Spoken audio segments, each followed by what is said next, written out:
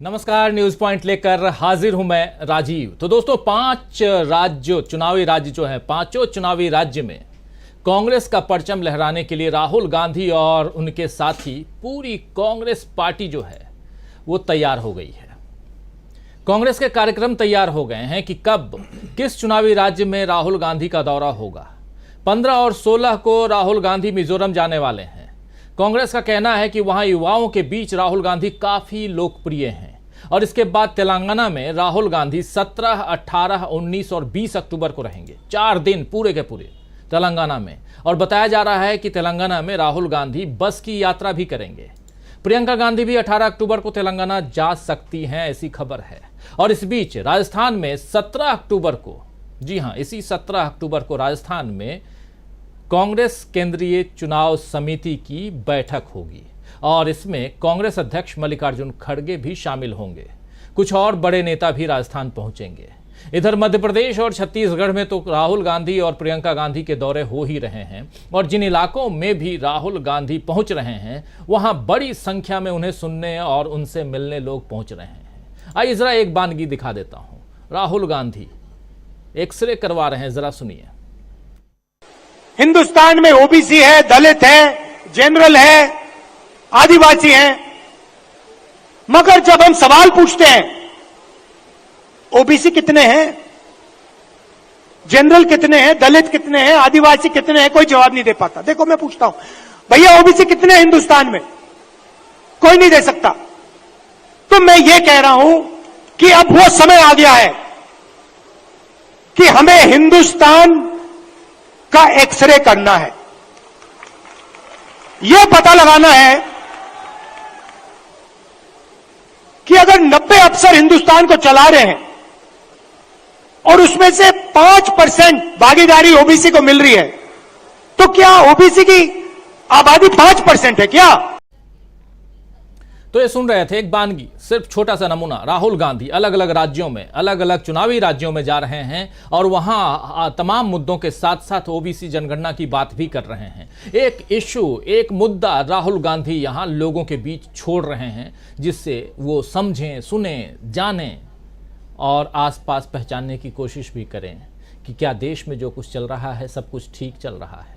राहुल गांधी ने जिस तरह इस बार के चुनाव में कांग्रेस की जीत का दावा किया है वो ऐसे ही नहीं किया गया है। लद्दाख से लेकर आप याद कीजिए, लद्दाख से पहले भी जब दिल्ली में CWC की बैठक हुई थी उस वक्त भी, और उसके बाद लद्दाख पहुंचकर वहां भी, और उसके बाद भी प्रेस कॉन्फ्रेंस में भी राहुल गांधी लगातार चर्चा कर रहे हैं और कह रहे हैं कि हम 5 राज्यों में जीत रहे हैं। 5 में से 4 की बात वो करते थे, अब 5 राज्यों की बात कर रहे हैं। कांग्रेस अब समझ गई है कि उसे किस तरह सत्ता तक पहुंचना है और कैसे लोगों के दिलों तक पहुंचने का रास्ता बनाना है। कांग्रेस के साथ साथ अब इंडिया के बाकी दलों ने भी जनता तक पहुंचने की कोशिशें शुरू कर दी हैं। इंडिया से जुड़े तमाम क्षेत्रीय दल अपने अपने राज्यों में जनता से जुड़ने वाले कार्यक्रम कर ही रहे हैं और इसके साथ ही बीजेपी के झूठ फैलाने वाले प्रचार तंत्र पर प्रहार कर रहे हैं। उसको तोड़, उसका वो जो प्रचार तंत्र है उसका तोड़ निकालने का रास्ता भी इंडिया गठबंधन ने अब ढूंढ लिया है। दरअसल ये बात इसलिए कह रहा हूं क्योंकि फेसबुक और गूगल के सीईओ, दोनों के जो सीईओ हैं, उनको इंडिया गठबंधन ने बाकायदा चिट्ठी लिखकर कहा है कि ये प्लेटफॉर्म देश में सांप्रदायिक नफरत को बढ़ावा देने में भूमिका निभाते हैं। ये दोनों प्लेटफॉर्म आपके जो हैं और सोशल मीडिया के प्लेटफॉर्म खासकर भारत में सांप्रदायिक नफरत को बढ़ावा देने में भूमिका निभाते हैं। इसीलिए अब ऐसे कामों पर रोक लगाई जाए और निष्पक्ष रवैया ये प्लेटफॉर्म्स अपनाएं।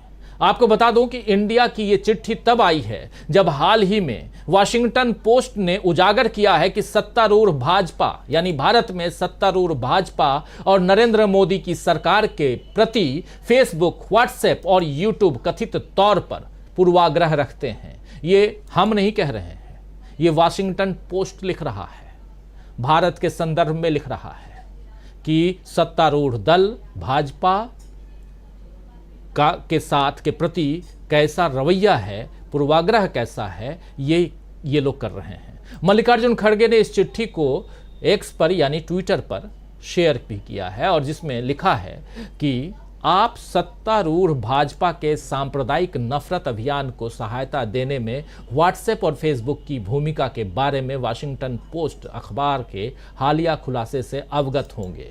खासकर लेख में इस बात को बताया गया है कि भाजपा सदस्यों और समर्थकों द्वारा, यानी भाजपा के कार्यकर्ताओं और समर्थकों द्वारा व्हाट्सएप ग्रुप पर कैसे इस विभत्स सांप्रदायिक रूप से विभाजनकारी प्रचार का उपयोग किया जाता है। ये कह रहे हैं मल्लिकार्जुन खड़गे साहब, जो अपना उन्होंने चिट्ठी के साथ में ट्वीट किया है। दरअसल सोशल मीडिया प्लेटफॉर्म्स को किस तरह अपने प्रचार और उसके साथ साथ कांग्रेस के दुष्प्रचार के लिए बीजेपी इस्तेमाल करती रही है, ये सभी जानते हैं। Troll army, tool kit, fake news, इन तमाम शब्दों ने बीजेपी के कार्यकाल में ही तेजी पकड़ी है दोस्तों। टूल किट किसानों के आंदोलन के समय खूब सामने आया था। फेक न्यूज़ तो आप देख ही रहे हैं। व्हाट्सएप यूनिवर्सिटी से तो आप लोग परिचित हैं ही। कई लोग आप में से कई लोग होंगे जो उस यूनिवर्सिटी के छात्र भी होंगे। लेकिन ये तेजी पकड़ी यहीं से है, जब से भाजपा की सरकार आई है। कांग्रेस और खासकर गांधी परिवार की छवि बिगाड़ने में सोशल मीडिया का भरपूर इस्तेमाल किया गया है। और ये सारी बातें इंडिया को समझ तो आती थी, लेकिन इंडिया मतलब इंडिया गठबंधन को समझ तो आती थी, लेकिन अब तक इन पर कोई पुख्ता एक्शन नहीं लिया गया था। मगर अब इस बार इंडिया गठबंधन इस मोर्चे पर भी पीछे नहीं रहना चाहता है। जनता के बीच तो इंडिया के दल पहुंच ही रहे हैं और उपचुनावों में जैसे जीत मिली है, उपचुनाव अभी आपने सुना था, जो 6 राज्यों की 7 जो सीटें जिस पर उपचुनाव हुए थे और उसमें से 4 में जैसे इंडिया गठबंधन की जीत मिली, उससे समझ आ गया कि बीजेपी को मात दी जा सकती है। लेकिन आगे के चुनावों में जरा सी भी कसर न रह जाए, इसीलिए अब इंडिया ने नफरती एजेंडे को बढ़ावा देने से रोकने की तैयारी भी कर ली है। इधर इंडिया तैयार हो रहा है और उधर बीजेपी परेशान हो रही है। आखिर कैसे मजबूती से खड़ी रहकर वो दिखाए, ये एक सबसे बड़ी परेशानी है बीजेपी के सामने। वो खुद को मजबूत दिखाने के चक्कर में जो भी कर रही है उसमें और घिर रही है। जैसे इजराइल के साथ खड़े होने और फिलिस्तीन की बात करने पर कांग्रेस को घेरने में बीजेपी ने कोई देरी नहीं की, लेकिन अब घूम फिरकर विदेश मंत्रालय को फिलिस्तीन के समर्थन में बयान देना ही पड़ा है। जबकि मोदी पहले कह चुके थे कि वो इजराइल के साथ हैं और अब उनका विदेश मंत्रालय उनसे अलग हटकर बयान दे रहा है। इससे दुनिया के सामने मोदी के लिए शर्मिंदगी का सबब बना है। वहीं कांग्रेस एक बार फिर सही साबित हुई है। नोटबंदी से लेकर लॉकडाउन तक और कोरोना से बचाव और वैक्सीन से लेकर अब फिलिस्तीन तक कांग्रेस जो कुछ कह रही है वही सही साबित हो रहा है, जबकि मोदी सरकार पहले कुछ और बाद में कुछ और कह रही है। बार बार अपने ही फैसलों और अपनी ही बातों से पलट रही है। चुनाव के वक्त ये यू टर्न, ये पलटने की आदत बीजेपी पर भारी पड़ सकती है दोस्तों, क्योंकि जनता सब देख रही है। जनता है, पब्लिक है, सब जानती है, सब देख रही है। किसानों के आंदोलन के समय कैसे 13 महीने तक 750 किसानों की शहादत हो गई, लेकिन क्या हुआ, फाइनली पलट गए और कहा मोदी जी ने एक सुबह आकर टेलीविजन पर कि शायद मैं ही समझा नहीं पाया अपने किसान भाइयों को। ये भी पलटी मार। तो ये जो पलटी मारने की जो आदत हो गई है, एक तरफ मोदी जी तुरंत आनन फानन में 7 अक्टूबर को ट्वीट कर देते हैं और अपनी पूरी आस्था जो है वो इजराइल के साथ दिखाते हैं, लेकिन उन्हीं का विदेश मंत्रालय कल यानी 12 तारीख को बयान देता है और कहता है कि हमारी आस्था फिलिस्तीन के साथ है, हमारी आस्था उन देशों के साथ नहीं है जो किसी दूसरे की टेरिटरी में जाकर उपद्रव मचाते हों, जो किसी की संप्रभुता में दखल देने की कोशिश करते हों। तो आइए दोस्तों, बहुत सारी बातें आज आप सबके सामने रखनी है, करनी है। और उधर एक तरफ राहुल गांधी हैं। न्यूज पॉइंट में इस बात को समझने की कोशिश करेंगे कि कैसे कांग्रेस का धुआंधार प्रचार और इंडिया की सख्ती के आगे दब सकती है बीजेपी, कैसे राहुल ने कस ली है कमर और बीजेपी की बढ़ गई है टेंशन। आइए चर्चा की शुरुआत करते हैं। हमारे साथ कुछ वरिष्ठ साथी जुड़े हुए हैं, इन सबसे आपका परिचय करवाता हूं और आगे बढ़ते हैं सीधे। देखिए, इस वक्त 6 वरिष्ठ साथी जुड़े हुए हैं हमारे साथ जुड़े हुए हैं प्रोफेसर अखिल स्वामी जी, हमारे साथ जुड़ी हुई हैं मीनू जैन जी, हमारे साथ संजय कुमार सिंह साहब जुड़े हुए हैं, हमारे साथ प्रशांत टंडन जी जुड़े हुए हैं, हमारे साथ अमलेंदु उपाध्याय जी जुड़े हुए हैं और इधर स्टूडियो में हमारे वरिष्ठ साथी शकील अख्तर जी जुड़े हुए हैं। और एक साथी दिखाई नहीं दे रहे हैं स्क्रीन पर, लेकिन वो भी हमें सुन रहे हैं, डॉक्टर राकेश पाठक जी।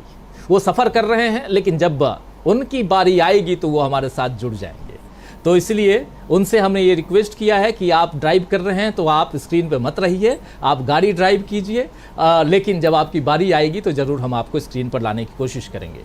तो 7 साथी हमारे साथ जुड़े हुए हैं और आप तमाम साथी जो हमारे शुभचिंतक, इस न्यूज़ पॉइंट को आगे बढ़ाने में आप तमाम साथी जो मददगार साबित होते हैं, आप सबका स्वागत करता हूं, इस्तकबाल करता हूं और सीधे आना चाहता हूं प्रोफेसर अखिल स्वामी जी आपके पास। स्वामी जी, बहुत सारी बातें रख चुका हूं, देखिए गिन कर राहुल गांधी 2 दिन के लिए मिजोरम जा रहे हैं, 4 दिन के लिए तेलंगाना जा रहे हैं, उसके बाद उसी बीच राजस्थान में चुनाव समिति की बैठक होनी है 17 तारीख को, 17 अक्टूबर को, और उससे पहले हमारे साथी यहाँ स्टूडियो में बैठे हुए हैं शकील अख्तर जी, अभी उधर से ही आ रहे हैं, कांग्रेस खेमे में क्या कुछ चल रहा है वो बताएंगे ही। उससे पहले सब यही जानना समझना चाह रहे हैं कि कांग्रेस पार्टी इन 5 राज्यों के लिए अपने कैंडिडेट्स की घोषणा कब कर रही है, तो अभी बताएंगे शकील अख्तर जी। लेकिन उसके अलावा चाहे इजराइल का मामला हो, चाहे फेसबुक, यूट्यूब, ट्विटर का मामला हो, सोशल प्लेटफॉर्म्स का मामला हो, यहां भी कमर कसते हुए, मुझे याद आ रहा है हमारे साथी प्रशांत टंडन जी साथ में अभी हैं भी, इन्होंने जब एक इंटरव्यू लिया था सैम पित्रोदा का, तो उनसे पूछा था कि आखिर नफरती जो बयानबाजी होती है, नफरत फैलाने का जो कारोबार चल रहा है सोशल मीडिया पे, उस पर आप लोग क्या कुछ कर रहे हैं? क्योंकि राहुल गांधी को भी डिफेम करने के लिए बहुत कुछ किया गया, और खासकर व्हाट्सएप यूनिवर्सिटी पे तो अभी भी सब लगे हुए हैं, 2 रुपए के जो ट्रोलर्स हैं वो भी लगे हुए रहते हैं, और वो लगातार राहुल गांधी को, कांग्रेस पार्टी को डिफेम करने की कोशिश करते हैं। ये एक सवाल इन्होंने पूछा था प्रशांत टंडन जी, जब उनके पास आएंगे तो शायद उसको और भी आगे बढ़ाएंगे वो। और अब जो दिखाई दे रहा है कि अब इंडिया गठबंधन बहुत मजबूती के साथ इन तमाम सीईओज को, मार्क जुकरबर्ग को, सुंदर पिचाई को चिट्ठी लिख करके अगर कह रहे हैं कि आप अपने प्लेटफॉर्म्स को नफरत का धंधा बढ़ाने के लिए इस्तेमाल मत कीजिए, तो छोटी मोटी बात नहीं है स्वामी जी। जरा यहीं से शुरुआत करना चाहता हूं, आपसे समझना चाहता हूं, यहां से लेकर चुनाव तक, क्या चुनाव से पहले, 5 राज्यों के चुनाव से पहले कांग्रेस ने, इंडिया गठबंधन ने पूरी तरह से कमर कस ली है? देखिए राजीव जी, जैसे दुर्योधन की जंघाएं बड़ी कमजोर थीं और रावण की नाभि में अमृत था, और जब भगवान श्री राम ने उसमें तीर चलाया तो रावण हताहत हुआ, उसी प्रकार से ये देश की जनता जानती थी कि ये जो घृणा की गंगोत्री थी, ये फेसबुक, व्हाट्सएप और ट्विटर था। और जिस प्रकार से इन लोगों ने घृणा को बढ़ावा दिया, और जिस प्रकार से मोनू मानेसर और बिट्टू बजरंगी द्वारा जो एक खुला नंगा नाच द्वेष का भारतवर्ष में किया, तो जितने दोषी वो लोग थे जिन्होंने इस प्रकार की पोस्ट की, उनसे ज्यादा दोषी थे मार्क जुकरबर्ग और सुंदर पिचाई जैसे लोग, जिन्होंने इस पे कंट्रोल नहीं किया। वास्तविकता में अगर देखा जाए तो ये भारत को तोड़ने का एक षड्यंत्र था जिसमें इन लोगों ने सहयोग किया, मैं खुलेआम कहता हूं।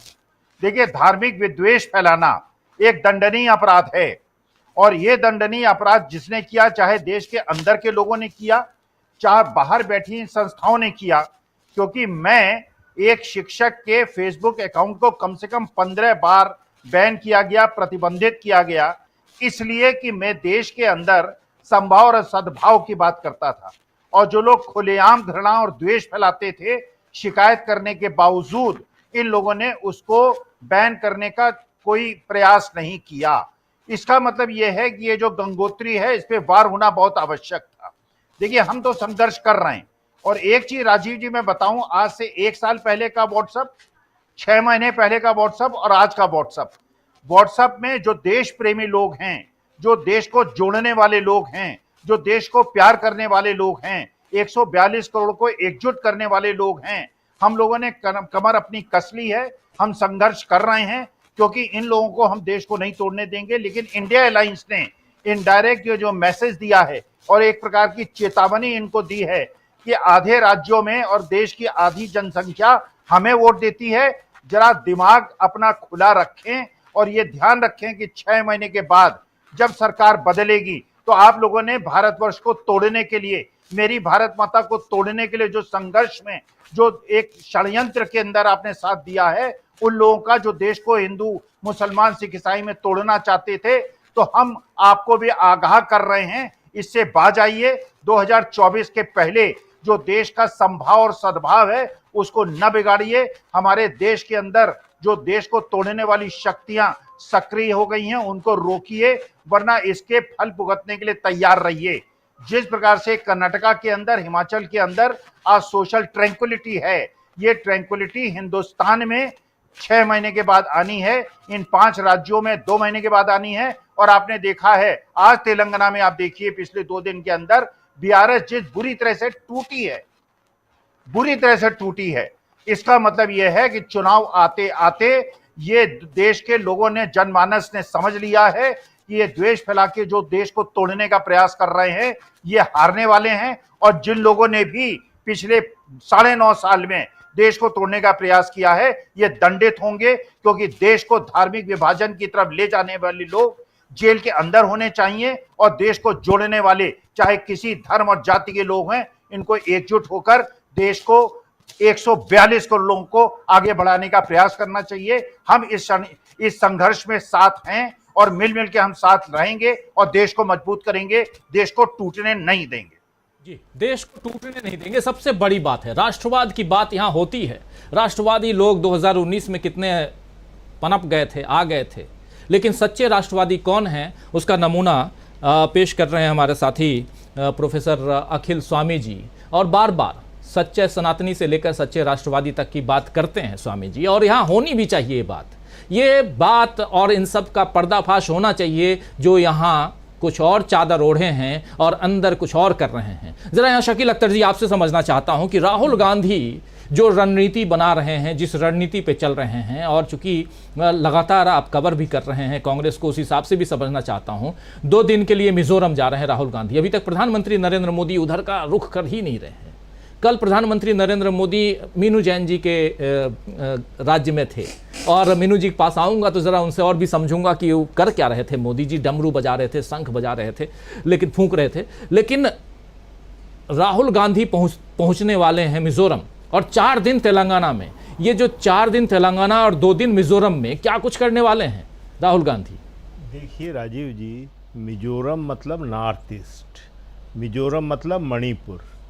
राहुल गांधी ने, हमने उस दिन बताया था कि राहुल गांधी ने जिस दिन प्रेस कॉन्फ्रेंस कही थी उसी दिन कह दिया था कि मैं मिजोरम जा रहा हूँ जी। तो मिजोरम का मतलब ये है कि राहुल गांधी ये मैसेज देना चाह रहे हैं कि उत्तर पूर्व जो है वो अपने आप को अलग न समझे, वो अपने आप को यह न समझे कि उसके साथ भारत नहीं खड़ा हुआ है, भारत उसके साथ है। मणिपुर में सिर्फ राहुल गांधी गए, राहुल गांधी के अलावा वहाँ कोई नहीं गया। और अब मिजोरम जाके भी वो यही संदेश दे रहे हैं कि मिजोरम, नॉर्थ ईस्ट, पूरा भारत एक है। आप देखिए कि तेलंगाना में जो पहले समझा जा रहा था कि वहाँ पे कांग्रेस कमज़ोर है और बीआरएस मजबूत है, अब स्थिति बिल्कुल उल्टी हो गई है।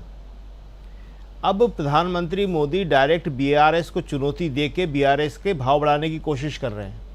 वो ये कह रहे हैं कि मुकाबला बीआरएस और बीजेपी में है, ताकि ये समझ के लोग कांग्रेस को तीसरी ताकत माने, जबकि सच्चाई ये है वहाँ पे कि कांग्रेस और बीआरएस से मुकाबला है, और बीजेपी की जो सहयोगी ओवैसी की पार्टी है वो कहीं नहीं है।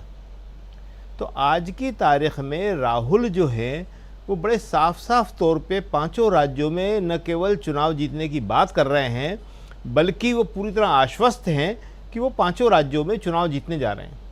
और देखिए, जो लोग हैं, जो जनता है, वो भी इन चुनावों को उसी तरह देख रही है। जनता अब ये मानने लगी है कि विधानसभा चुनाव तो हैं, लोकल इशू तो हैं, इन पे हम वोट देंगे, मगर ये हम लोकसभा चुनाव की तैयारी के सिलसिले में ये हम नेट प्रैक्टिस कर रहे हैं जी। ये एक ट्रेलर है कि जो हम लोकसभा में आपको दिखाना चाहते हैं। देखिए, राहुल गांधी ने अभी आपने जो दिखाई रिकॉर्डिंग उनकी, वो बड़े साफ शब्दों में जातिगत जनगणना की बात कर रहे हैं। और जातिगत जनगणना एक ऐसा मुद्दा है जिसने बीजेपी को बुरी तरह हिला दिया है। प्रधानमंत्री दक्षिण की बात करने लगे, दक्षिण की बात कभी नहीं करते थे। वो मुसलमानों की बात करने लगे कि जातिगत जनगणना से मुसलमानों को नुकसान होगा, जबकि मुसलमानों का इससे कोई संबंध ही नहीं है। अभी राहुल कह रहे थे जनरल, ओबीसी, आदिवासी, दलित, और ये सही है।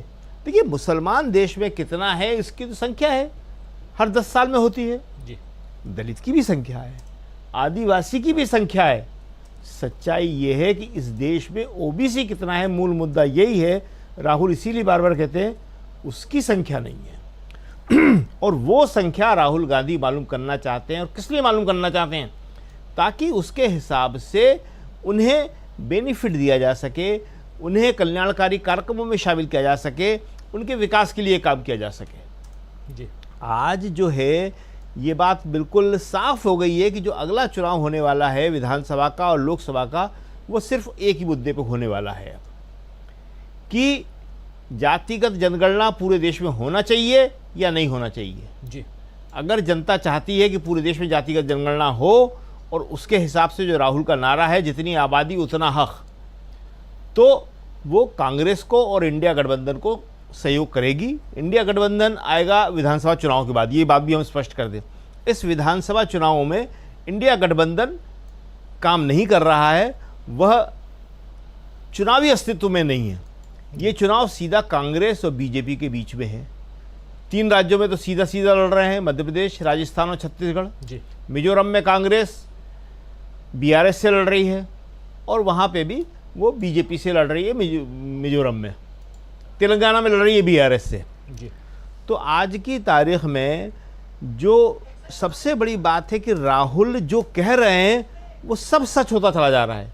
राहुल ने अभी परसों जो प्रेस कॉन्फ्रेंस थी, परसों का मतलब 2-3 दिन पहले, उसमें कहा था कि देख लीजिए मैं जातिगत जनगणना के बारे में जो बात कह रहा हूँ वो करवाना पड़ेगी इनको। मैंने जो कोविड पे कहा था वो हुआ, चीन पे कहा था वो हुआ, और उसके बाद किसान आंदोलन का भी आप बता ही रहे थे कि किसान आंदोलन पे हुआ, नोटबंदी पे हुआ। तो राहुल के सारे आकलन जो भी हैं, सारे ज़मीनी आकलन सही साबित हो रहे हैं। और आप देखेंगे कि अब जातिगत जनगणना के मामले में राहुल गांधी और इंडिया गठबंधन एक ऐसी लीड लेने वाला है जिससे पूरा एजेंडा चेंज हो जाएगा, पिच चेंज हो जाएगी। और अभी तक मोदी जी जो हिंदू मुसलमान की पिच पे चुनाव कराते थे देश में, जो आपने बताया कि किस तरह से पत्र लिखकर कहा गया कि धर्मांधता की आग, सबसे ख़राब आग, विक्टन की आग फैला रहे थे, वो ख़त्म हो जाएगी और लोगों के अधिकारों की, लोगों को क्या मिलना चाहिए, इसकी एक नई लड़ाई, नया संघर्ष और देश के विकास के लिए बहुत अच्छा है, वो शुरू हो जाएगा। जी एक नई लड़ाई, नया संघर्ष, लेकिन देश के विकास के लिए ये बहुत ज़रूरी है और इससे पर्दाफाश इसका करना भी चाहिए, होना भी चाहिए। राहुल गांधी जो कुछ कर रहे हैं उसकी चर्चा भी यहाँ हो रही है और साथ साथ कांग्रेस पार्टी या इंडिया गठबंधन किस मजबूती के साथ आगे बढ़ रहा है ये भी समझने की हम कोशिश कर रहे हैं। आना चाहता हूँ मीनू जी आपके पास।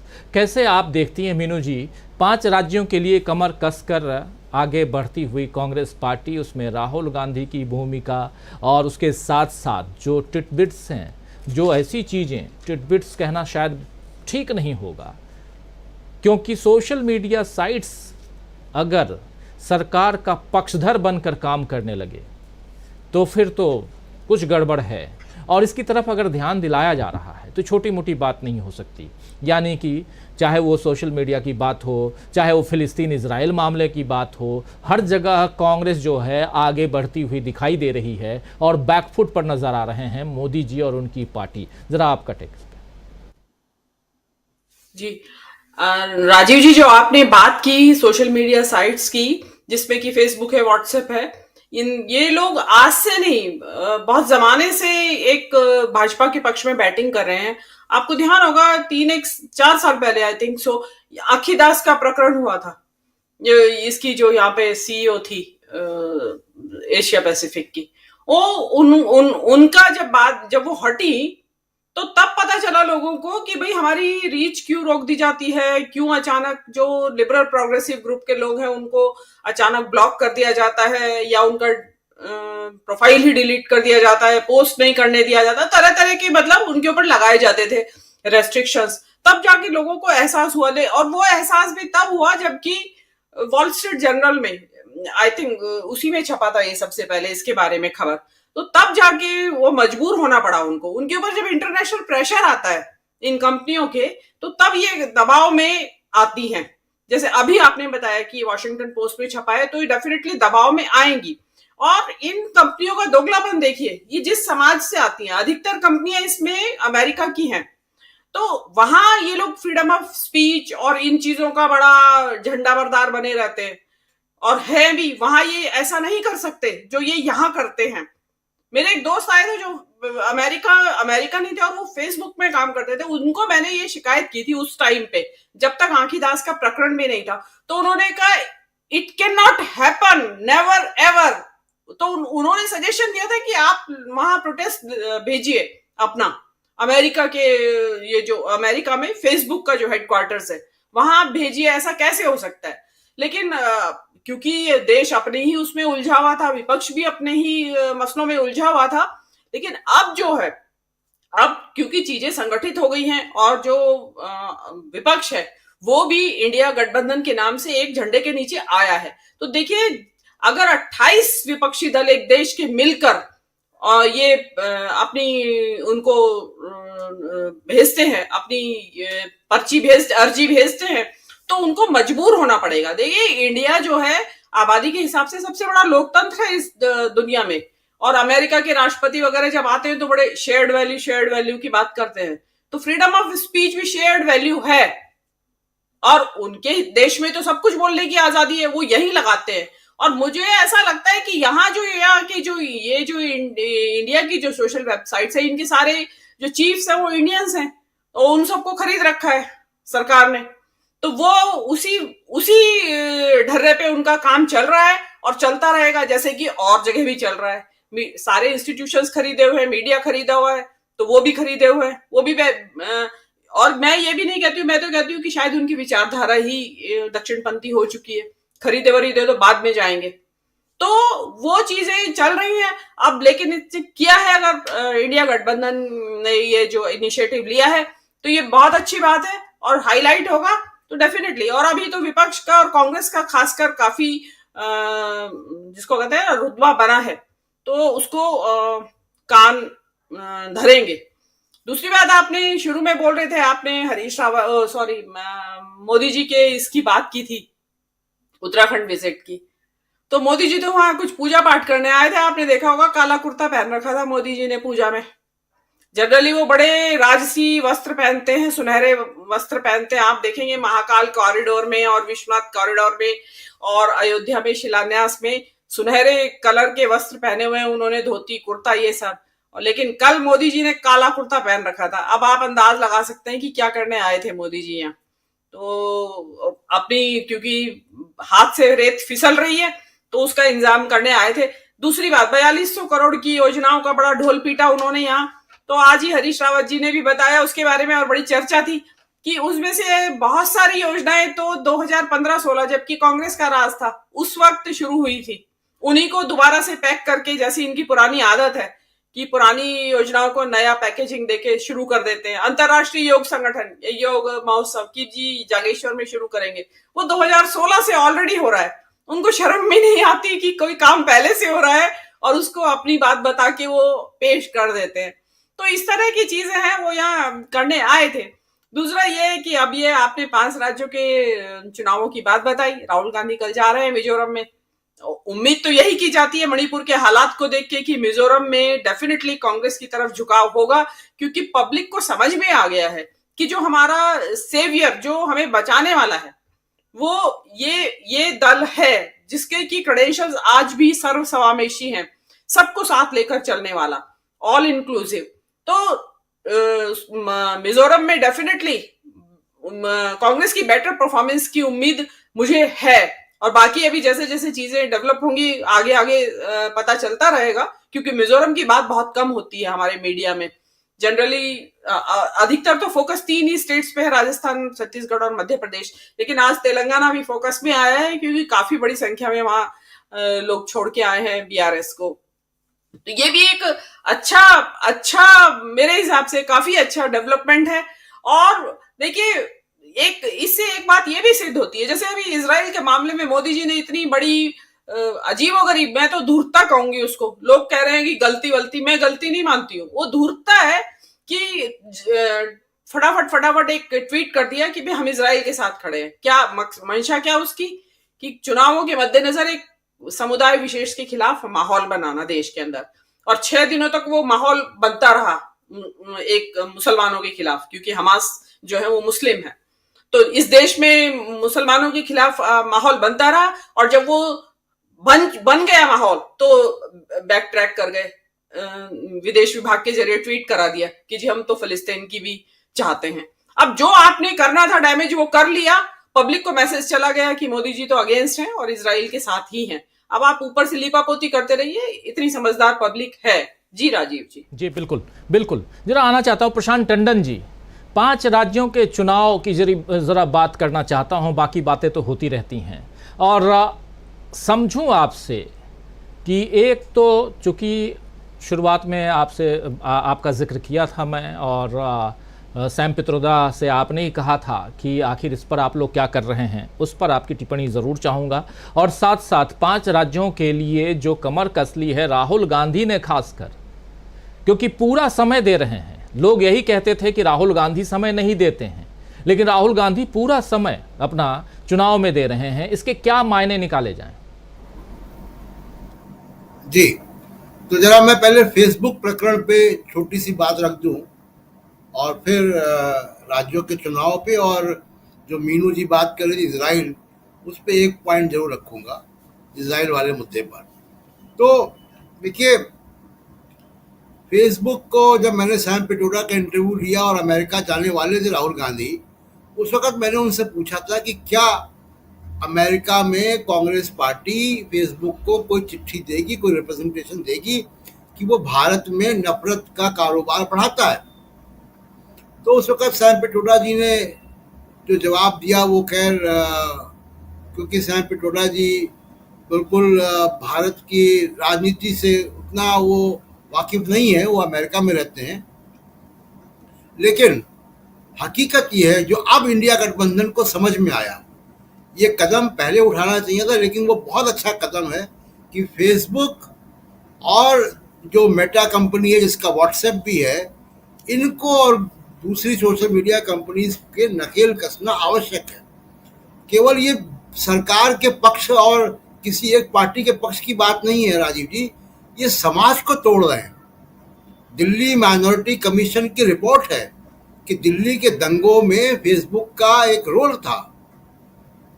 आप देखिए कि व्हाट्सएप पे एक नंबर, एक ट्रक जिसका नंबर कोई राजस्थान की नंबर प्लेट है, और उस पे ये ट्वीट है, ये वो है जो ये लगातार चलता है कि साहब ये गाय काटने के लिए ले जा रहा है ट्रक।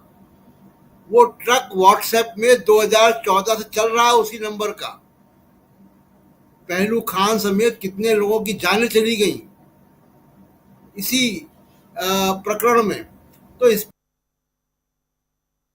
पे नकेल, दुनिया की पार्लियामेंट्स में इसमें बात होती है, और फेसबुक हमारे यहाँ से 16,000 करोड़ रुपए रेवेन्यू कमाता है हर साल।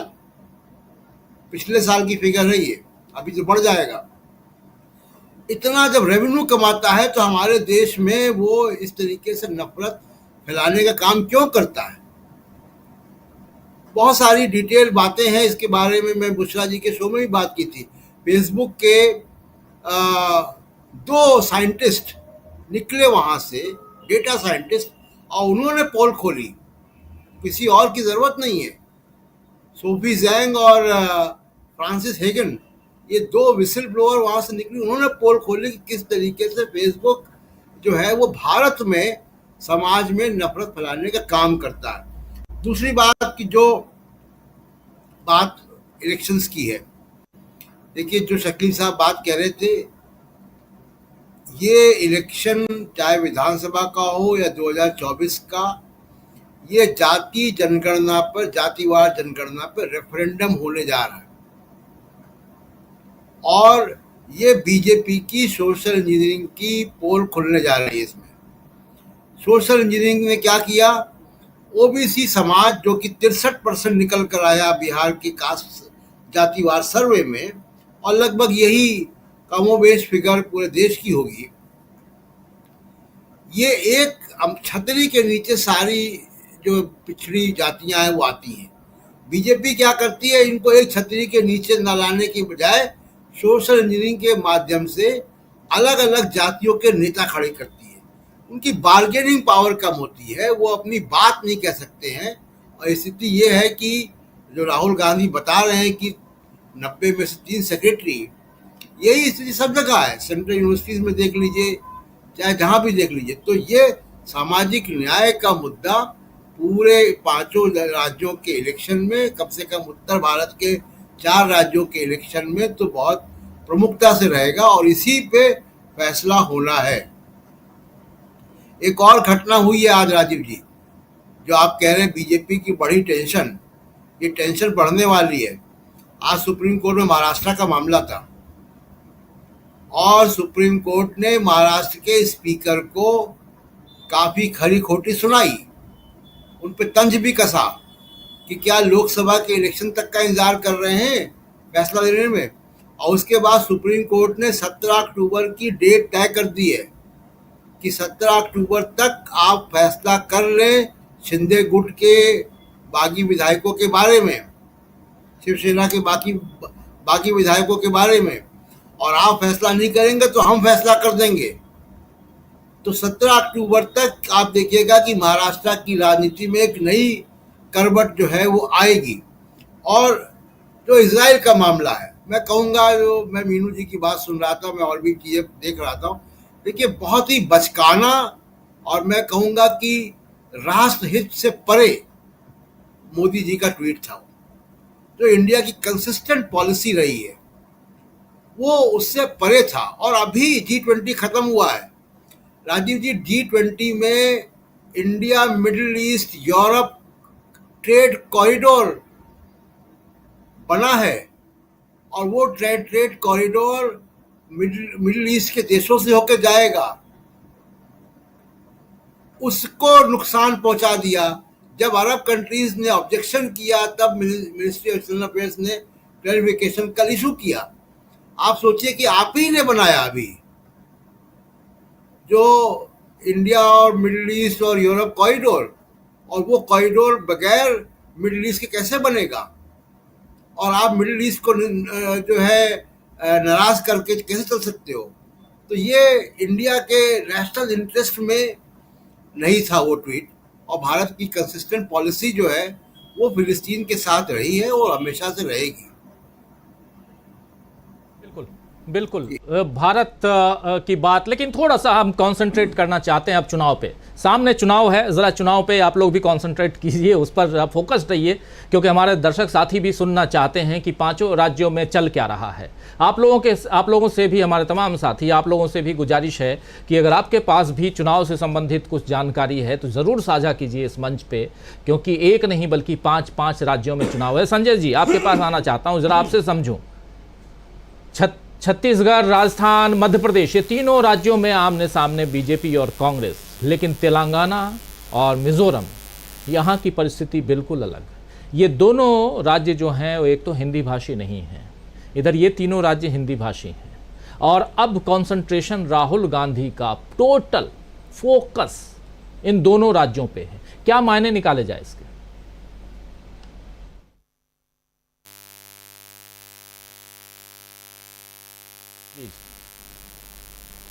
अनम्यूट कीजिए प्लीज, अनम्यूट।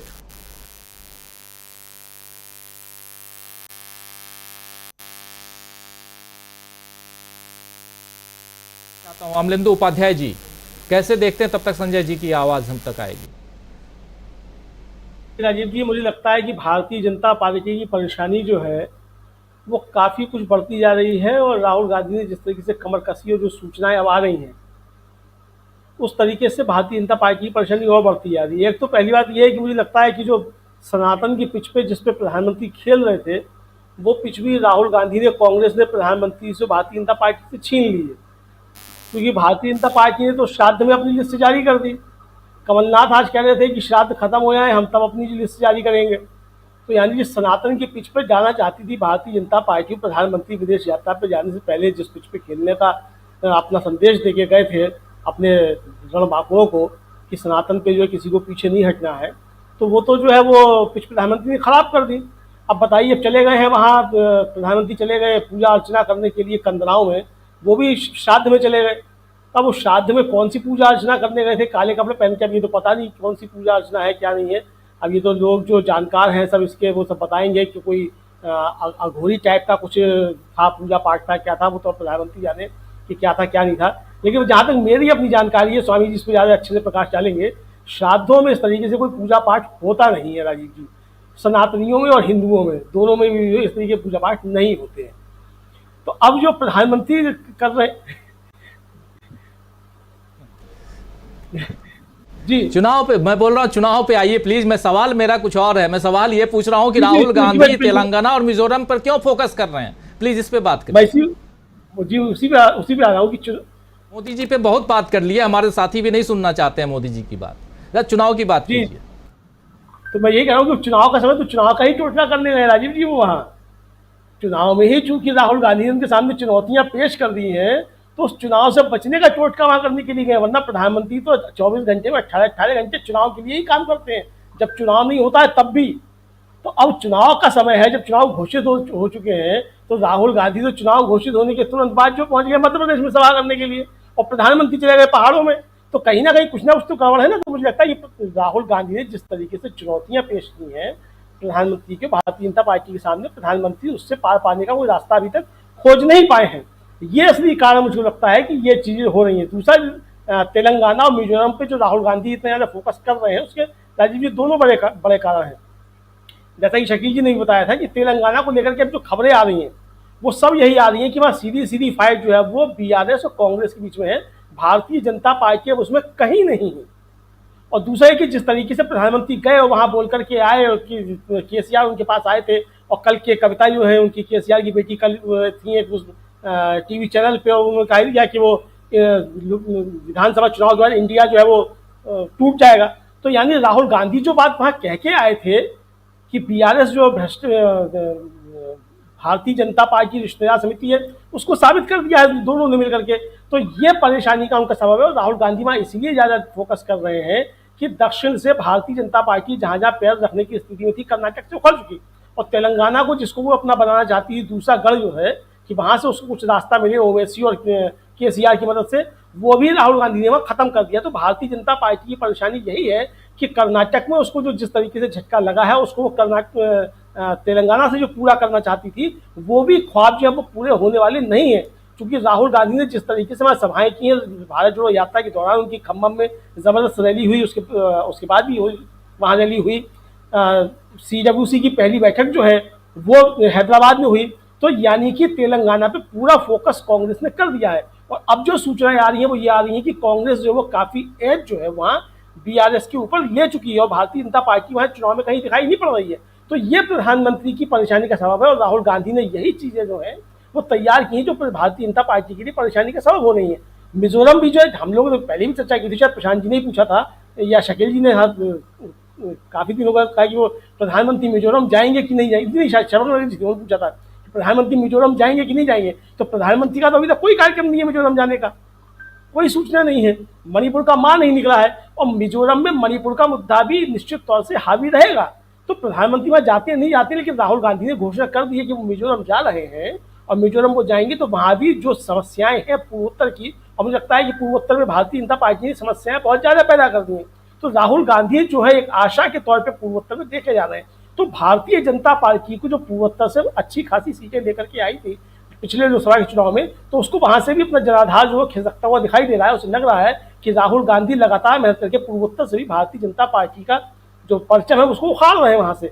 तो मुझे लगता है कि ये परेशानी भारतीय जनता पार्टी की, और इसीलिए राहुल गांधी जो है वो तेलंगाना और मिजोरम दोनों पे जो बहुत ज़्यादा फोकस दे रहे हैं, ताकि भारतीय जनता पार्टी के जो अपने हिंदी हार्टलैंड के अलावा जो जहाँ से उसको कुछ मदद मिल सकती थी, वहाँ से भी उसको जो एकदम कट किया जा सके। जी राजीव जी, मिजोरम की बात हम कर रहे हैं, तेलंगाना की बात कर रहे हैं, और इन दोनों राज्यों पर फोकस क्यों है राहुल गांधी का, ये समझने की कोशिश कर रहे हैं। प्रधानमंत्री नरेंद्र मोदी मणिपुर का मां नहीं बोलते हैं, लेकिन इजराइल का आई जरूर आई नहीं, पूरा इजराइल बोल देते हैं। आखिर क्या कारण है? चलिए, लेकिन समझें। संजय जी, मेरी आवाज आ रही है आप तक? ऑडियो में कोई दिक्कत है, आवाज आपकी नहीं आ रही है, जरा इधर से कॉल जा रहा है, जरा प्लीज आप उठाइए। लेकिन आना चाहता हूं प्रोफेसर अखिल स्वामी जी आप तक, आपसे समझूं मिजोरम और तेलंगाना इन दोनों पर केंद्रित कुछ बातें समझना चाहता हूं आप लोगों के जरिए। राहुल गांधी 4 दिन तक तेलंगाना में रहने वाले हैं, 2 दिन मिजोरम में रहने वाले हैं, वो भी अभी कमिंग वीक में। बहुत ज़्यादा दूरी की बात नहीं है कि हाँ ठीक है आज से 10 दिन बाद जाएंगे, अभी की बात है जो पहले रख चुका हूं। उस हिसाब से भी समझना चाहता हूं आप लोगों से कि क्या कारण है कि मिजोरम बहुत ज़्यादा फोकस में अब राहुल गांधी के है। अभी 3-4 दिन पहले जब राहुल गांधी ने प्रेस कॉन्फ्रेंस की थी तो उसमें भी उन्होंने कहा था कि मैं मिजोरम जा रहा हूं, और अब वो जा रहे हैं, 1 नहीं 2-2 दिन जा रहे हैं, और कहा जा रहा है कि वहाँ के युवाओं में राहुल गांधी को लेकर काफ़ी क्रेज है।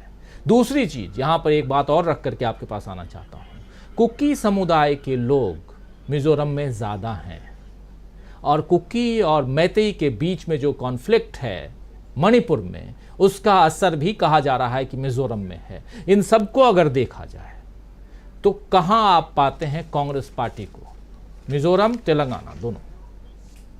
देखिए राजीव जी, एक चीज समझना बहुत आवश्यक है, और ये मैसेज मेरे ख्याल से हिंदुस्तान की जनता को मिल गया है।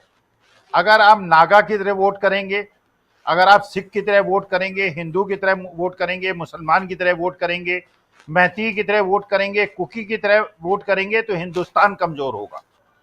हमें एक हिंदुस्तानी के रूप में, इंडियंस के रूप में 142 करोड़ लोगों को भारत के जो हित में है उसकी तरह वोट करना होगा।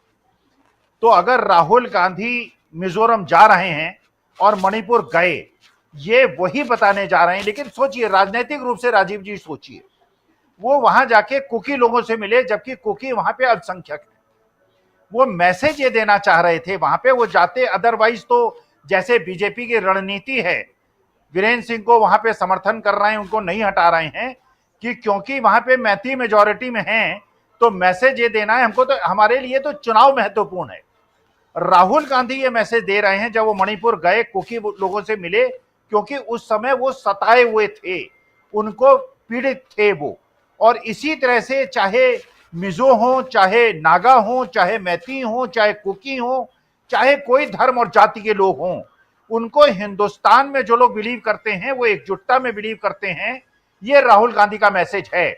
और देखिए एक और चीज आप समझिए, तेलंगाना की लड़ाई जो है ये कांग्रेस और बीआरएस की लड़ाई नहीं है।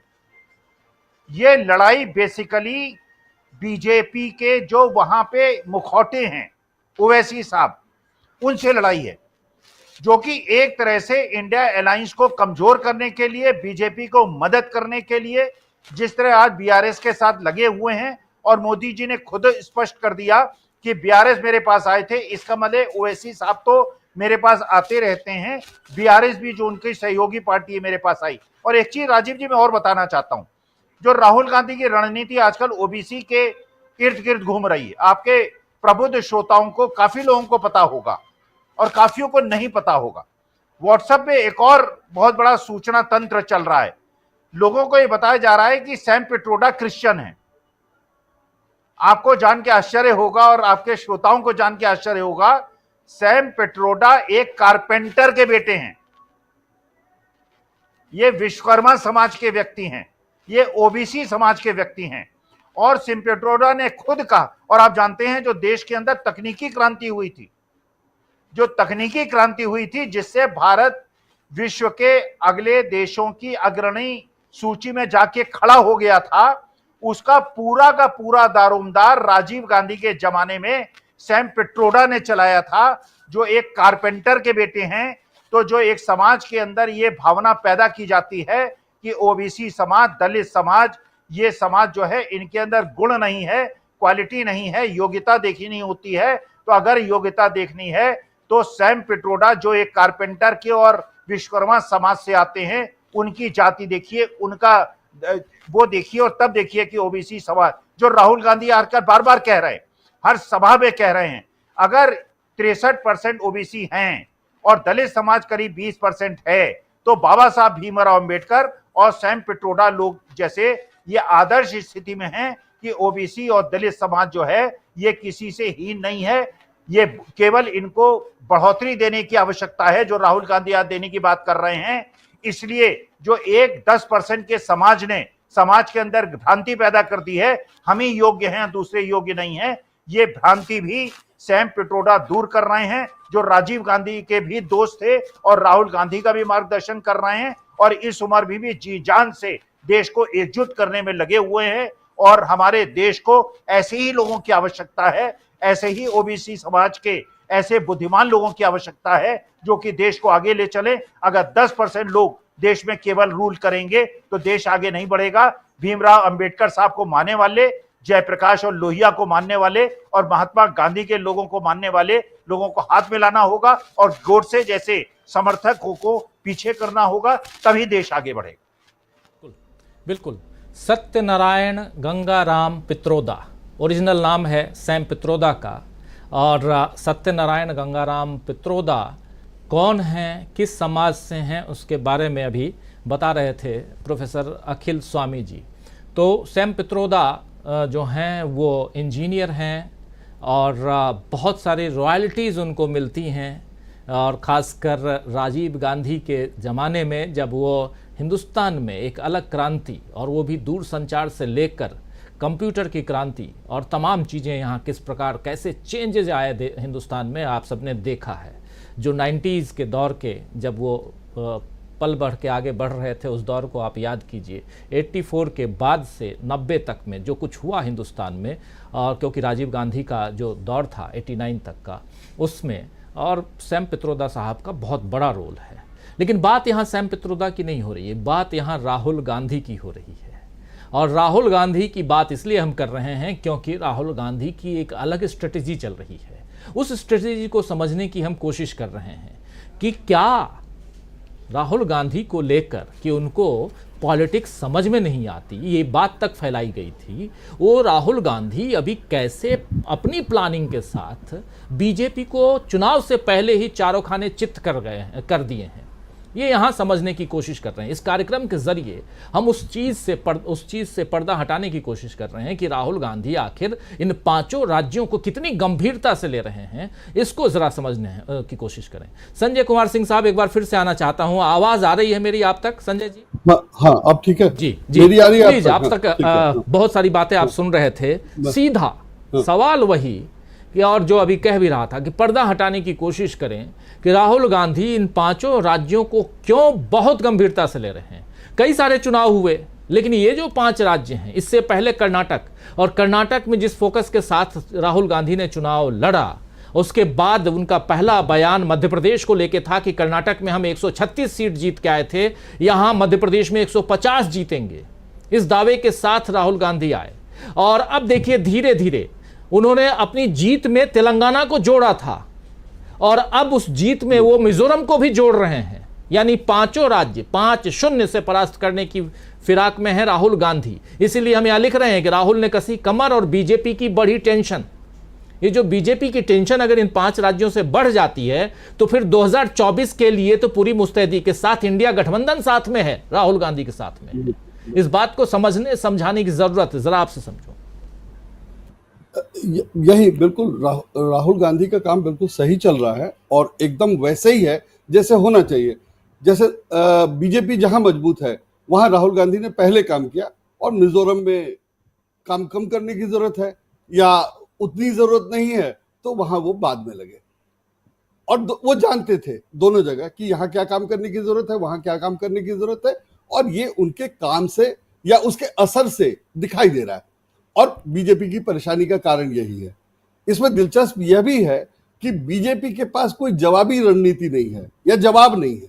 मतलब ये अभी भी उसी हिंदू मुसलमान में लगे हुए हैं, और वो अंग्रेजी में कहा जाता है डॉग व्हिसल, तो जाकर के पूजा करना या शंख बजाना, ये सब उन लोगों के लिए संकेत है जो इसको समझते हैं।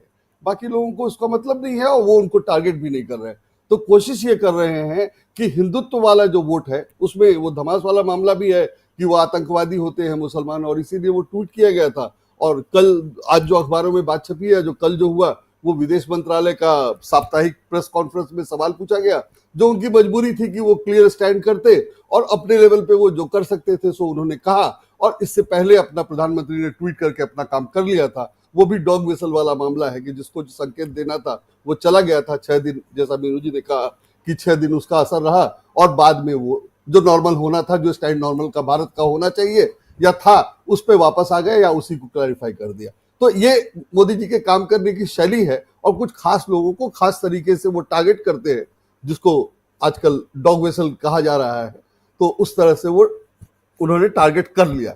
और दूसरी ओर राहुल गांधी का अपना तरीका है, और जैसे ये कहा जा रहा था पहले कि राहुल गांधी इमैच्योर है, पॉलिटिकली एक्सपीरियंस नहीं है, वगैरह वगैरह, तो ये अब कह दिया उन्होंने और मानने वालों ने मान लिया। बाकी सब लोग तो जानते थे कि राहुल गांधी जो जिस परिवार में पैदा हुए, जिस परिवार में रहे, जिस परिवार में पले बढ़े, वहां उनकी पॉलिटिकल समझ अगर कम होगी तो चाय बेच के कैसे आ जाएगी? चाय बेचने से तो वो पॉलिटिक्स नहीं आ सकती है ना जो प्रधानमंत्री के घर में रह के आएगी। तो ये बोलने, बताने और समझाने की चीज तो थी नहीं। आप चाय बेचने का दावा करके ये कहिए कि हमारी पॉलिटिकल समझ बहुत अच्छी है, तो जो मानेगा वो मान ले, मुझे उसमें कोई दिक्कत नहीं है।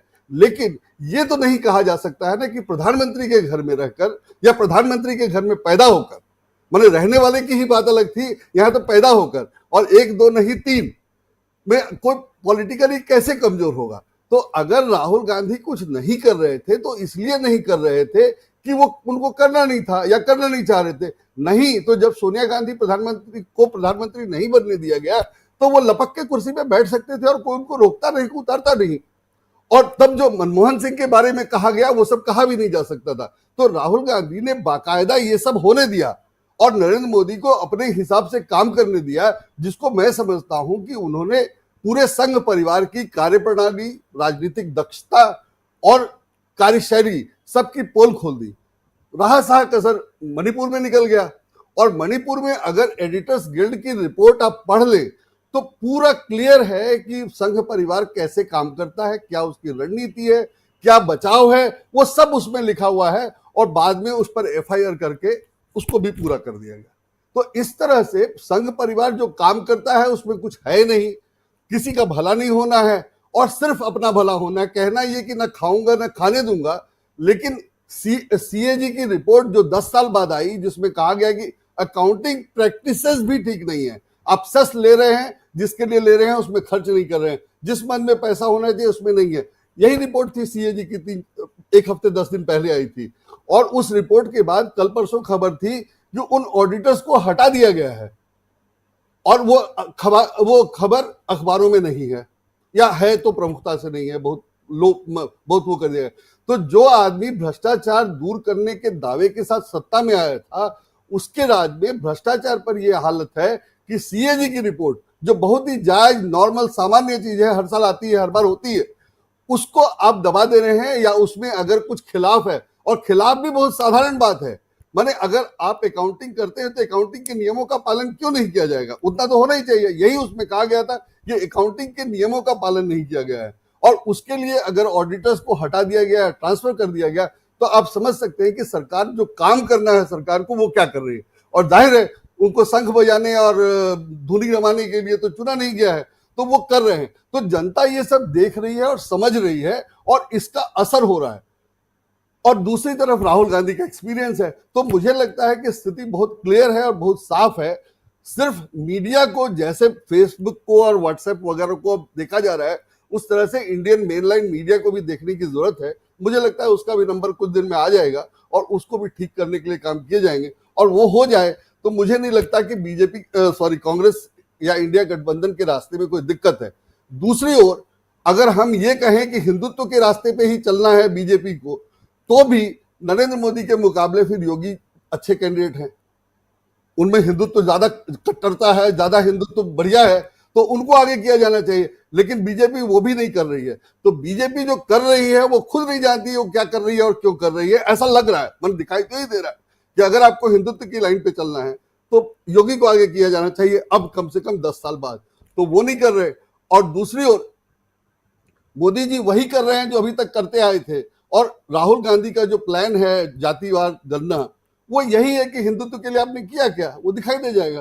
तो अगर आप अपर कास्ट को और जो लोग पहले ही अमीर थे उन्हीं को अमीर बना रहे हैं, तो कर क्या रहे हैं? तो हिंदुत्व का भला तो नहीं कर रहे हैं।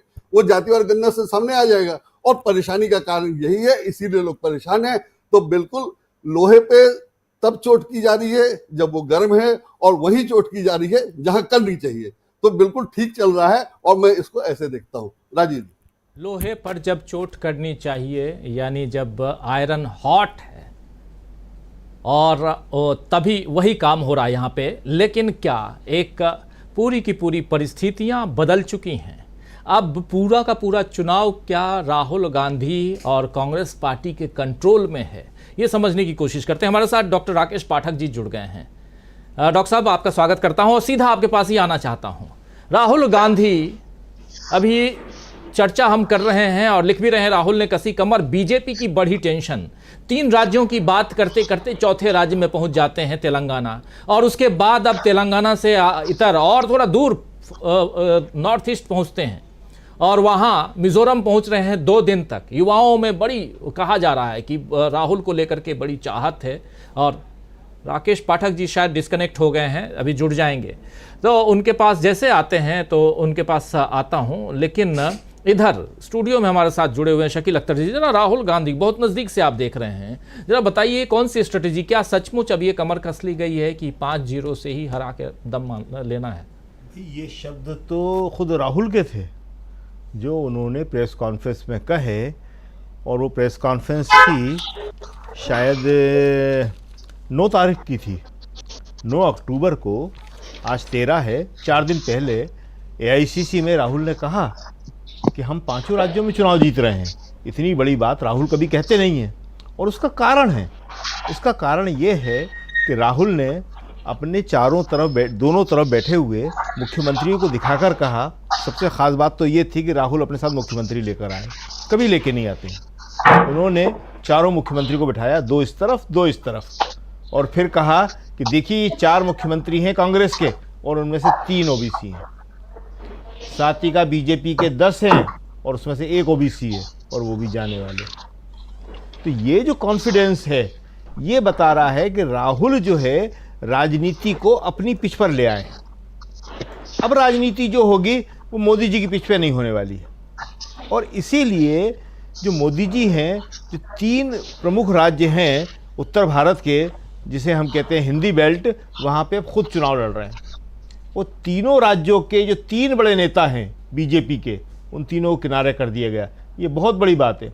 बीजेपी में ये एक बहुत बड़ा घटनाक्रम है जिसको बीजेपी के लोग अभी चुपचाप देख रहे हैं, मगर इस पर कुछ ना कुछ रिएक्शन होगा जी। मध्य प्रदेश में शिवराज सिंह चौहान जिस दिन मध्य प्रदेश में चुनाव की घोषणा हो रही थी, वो गंगा तट पे बैठकर लहरें गिन रहे थे। उसके दूसरे दिन गए थे, उसके दूसरे दिन वही उसी समय चुनाव की घोषणा के बाद तो आदमी हिलता नहीं है।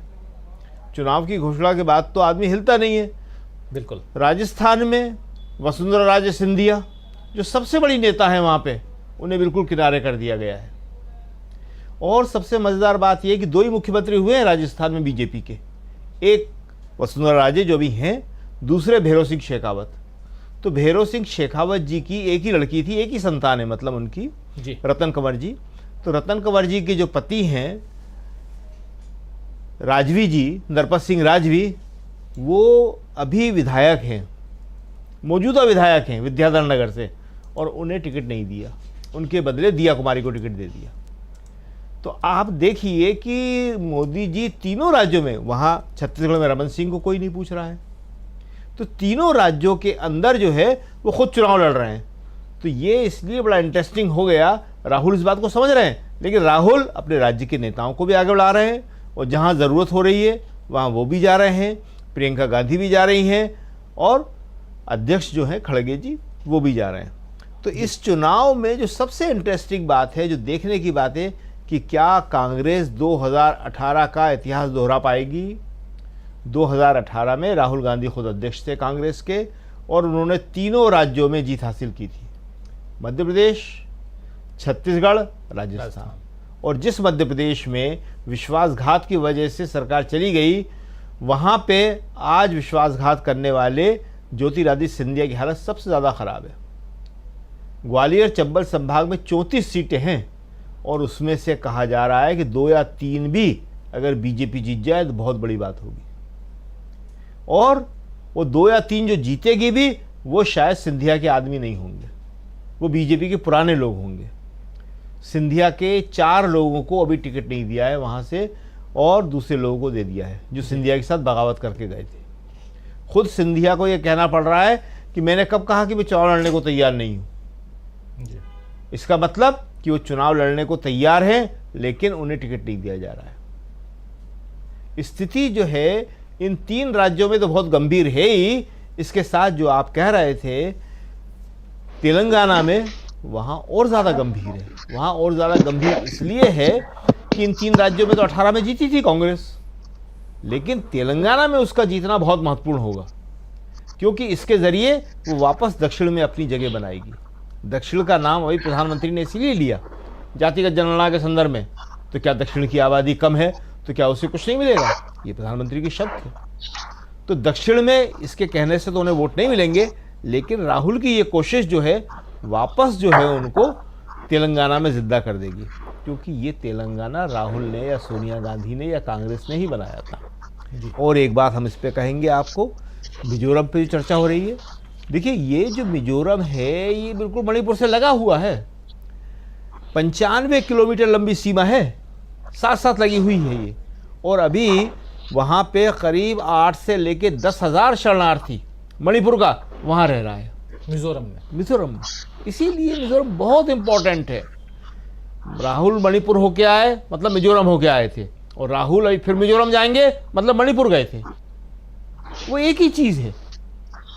तो इस उत्तर पूर्व से राहुल का ये मैसेज जो है केवल वहीं तक नहीं रुकेगा, ये पूरे उत्तर पूर्व में जाने वाला है और उसके साथ पूरे देश में आने वाला है कि उत्तर पूर्व के लोगों, तुम्हारे साथ कांग्रेस खड़ी हुई है, राहुल खड़े हुए हैं।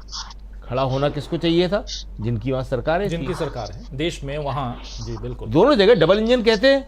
लेकिन मणिपुर की हालत इतनी गंभीर हो चुकी है कि आज वहां पे कोई बात करने को तैयार नहीं है, और इसी तरह मिजोरम की हालत है।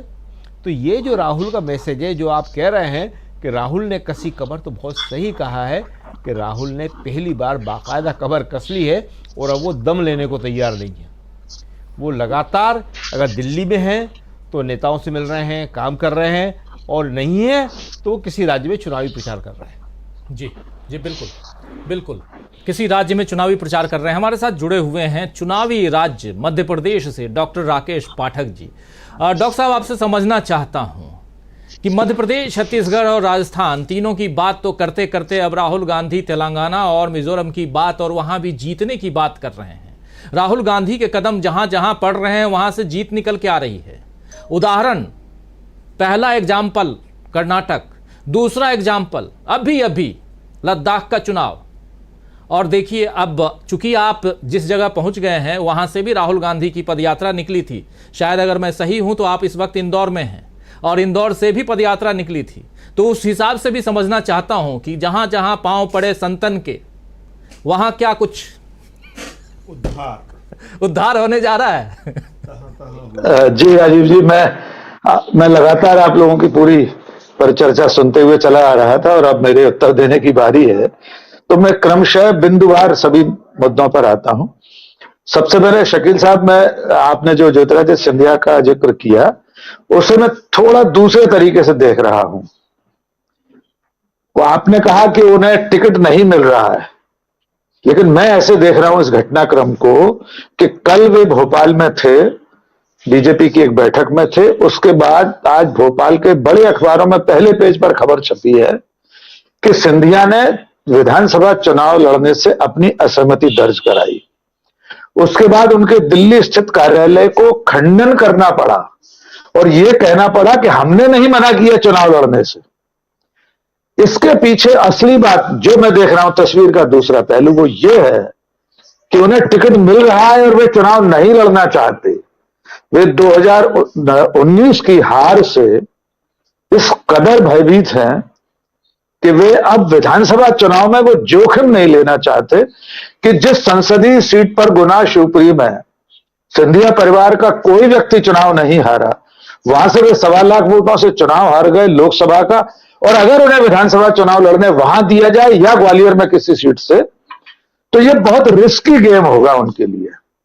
क्योंकि हम सब जानते हैं सिंधिया राजघराने में 3 ही लोग चुनाव हारे हैं, वसुंधरा राजे दतिया भिंड संसदीय सीट से, राजमाता जी रायबरेली से, और ज्योतिरादित्य सिंधिया गुना शिवपुरी से। तो मेरा सबमिशन यह है पार्टी उन्हें चुनाव लड़वाना चाहती है, इस बात से वे भयभीत है। आला कमान का कोई दबाव होगा, इसलिए उन्हें यह कहना पड़ा कि मैंने नहीं मना किया चुनाव लड़ने से, मैं तो तैयार हूं। अब राहुल गांधी और वर्तमान परिदृश्य पर राजीव जी आते हैं। नंबर एक, राहुल गांधी अपनी कांग्रेस को गठित कर रहे हैं, उसका पुनर्गठन कर रहे हैं। न केवल संगठनात्मक रूप से बल्कि सत्ता की लड़ाई में वे अपनी कांग्रेस बना रहे हैं। अब ये भारतीय राष्ट्रीय कांग्रेस सोनिया गांधी वाली कांग्रेस नहीं है, ये सीताराम केसरी वाली कांग्रेस नहीं है। अब ये राहुल गांधी की कांग्रेस है, उसका राष्ट्रीय अध्यक्ष मल्लिकार्जुन खड़गे है। राहुल गांधी की जो नियत है, उनका जो लक्ष्य है, वो कांग्रेस के उस अखिल भारतीय स्वरूप को पुनर्स्थापित करने का है जिसमें कश्मीर से कन्याकुमारी तक कांग्रेस की मौजूदगी हुआ करती थी, जिसमें कि उत्तर पूर्व के राज्यों में भी कांग्रेस होती थी, धीरे धीरे वहां से साफ हो गई। जहां थोड़ा बहुत जीते भी वहां दल बदल करा के ऑपरेशन लोटस के जरिए भारतीय जनता पार्टी ने छोटी पार्टियों को, क्षेत्रीय पार्टियों को अपनी तरफ मिलाकर सरकारें बना ली या खुद उसमें शामिल हो गए। जैसे अभी कुछ महीने पहले एक चुनाव में माननीय मोदी जी और अमित शाह जी ने कहा था कि देश की सबसे भ्रष्ट पार्टी, सबसे भ्रष्ट मुख्यमंत्री है, और चुनाव परिणाम निकलने के 5 बजे उन्होंने ट्वीट कर दिया और उस मुख्यमंत्री, देश के सबसे भ्रष्टतम मुख्यमंत्री के शपथ समारोह में वे स्वयं शामिल हुए। कुल मिलाकर राहुल गांधी की लड़ाई मिजोरम से तेलंगाना तक और हिंदी राज्यों में अपनी पार्टी की जीत के साथ साथ यहां अगर जीत नहीं भी हो सकती तो मौजूदगी जताने की है। संजय जी ने अभी कहा था कि लोग मान लेते थे, मैं उनकी बात से सहमत हूं कि राहुल गांधी में राजनीतिक समझ नहीं थी या वे होल टाइम पॉलिटिशियन नहीं थे। वे सारे धब्बे, वे सारे दाग राहुल गांधी ने अपनी भारत जोड़ो यात्रा के जरिए धो दिए। वे तब भी नरेंद्र दामोदर दास मोदी से 1000 गुना काबिल थे जब 10,000 करोड़ रुपए खर्च करके उन्हें पप्पू साबित किया जा रहा था। वे आज भी नरेंद्र दामोदर दास मोदी से 10,000 गुना ज्यादा काबिल हैं। वे पढ़े लिखे हैं, वे दूरदृष्टा हैं। मैं पत्रकार और भारत के आम नागरिक के नाते सोचता हूं कि जो व्यक्ति अपने समय और समाज की नब्ज पर हाथ रखकर समय से पहले भविष्य में होने वाली घटनाओं के लिए आगाह कर देता है, वो कम से कम उस प्रधानमंत्री से तो बेहद योग्य है जिसे विदेश नीति का क ख नहीं मालूम, जिसे ये नहीं मालूम कि 1977 में जब जनता पार्टी की सरकार बनी थी और अटल बिहारी वाजपेयी से पूछा गया था, वे विदेश मंत्री थे, हमारे आपके जैसे किसी पत्रकार ने पूछा होगा कि अब आपकी पार्टी की विदेश नीति क्या होगी, तो अटल जी ने कहा था विदेश नीति बच्चों का खेल नहीं होती। हमारी विदेश नीति वही होगी जो पंडित नेहरू की थी, हमारी विदेश नीति वही होगी जो लाल बहादुर शास्त्री की थी या इंदिरा गांधी की थी। पर नरेंद्र मोदी नहीं जानते विदेश नीति का वह क्या होता है, इसलिए वे फौरन से पेशतर इस्लामोफोबिया के बुखार में डूबे हुए देश को एक ट्वीट परोस देते हैं। और प्रशांत जी ने अभी लिखा था, आज मैंने उसमें से कुछ उठाकर फेसबुक ट्विटर पर लिखा है कि भारत के इतिहास में पहली बार हो रहा होगा कि प्रधानमंत्री के विचार से, प्रधानमंत्री के स्टैंड से असहमत होते हुए उनका ही विदेश मंत्रालय उसके खिलाफ बयान दे रहा है। चुनाव पर फिर लौटते हैं। मैं जिस राज्य में हूं, अभी मैं 200-250 किलोमीटर यात्रा करके आया हूं, रुकता रुकाता लोगों से बात करते आता हूं। जो चुनावी परिदृश्य, अगर हम उसे सैंपल मान लें मध्य प्रदेश को, छत्तीसगढ़ और राजस्थान भी सीमावर्ती राज्य है मध्य प्रदेश के, आबो हवा लगभग एक सी चलती है जो 2018 में भी चली थी। फिलहाल कांग्रेस प्रत्याशियों के नाम घोषित करने में पिछड़ गई है, लेकिन बाकी जो रणनीतिक तैयारी है कांग्रेस की, वो उस दिन से चल रही है 20 मार्च 2020 से, जिस दिन कमलनाथ को इस्तीफा देना पड़ा था। उस दिन से लेकर कमलनाथ ने डेरा डाल रखा है मध्य प्रदेश में। हम जैसे पत्रकारों ने उस दिन उनसे पूछा था इस्तीफे वाले दिन कि अब आप दिल्ली चले जाएंगे, मध्य प्रदेश में रहेंगे कि नहीं रहेंगे। तब कमलनाथ ने कहा था मैं मध्य प्रदेश नहीं छोड़ूंगा, और ये बात उन्होंने अपने पार्टी के आला कमान को भी बता दी थी, और सचमुच कमलनाथ ने 3 साल मध्य प्रदेश नहीं छोड़ा। इसका नतीजा यह है कि मध्य प्रदेश में भारतीय जनता पार्टी को ऐसी चुनौतियों का सामना करना पड़ रहा है कि अपने साथ साथ सांसद लड़ा रही है, जिसमें 3 केंद्रीय मंत्री हैं। अब उनके सबसे चमकते दमकते चेहरे ज्योतिरादित्य सिंधिया को भी विधानसभा चुनाव लड़ना पड़ सकता है। आप कल्पना करके देखिए कि ग्वालियर दक्षिण में प्रवीण पाठक, जो पहली बार के विधायक है, सतीश टिकरवार ग्वालियर पूर्व में जो पहली बार के विधायक हैं, ज्योतिरादित्य सिंधिया उनके खिलाफ विधानसभा चुनाव लड़ने जाएंगे तो कैसा परिदृश्य बनेगा कि दिए और तूफान की, राजा और रंग की लड़ाई होगी। ये बहुत खतरनाक खाई में धकेलने की कोशिश पार्टी के लोग कर रहे हैं उन्हें।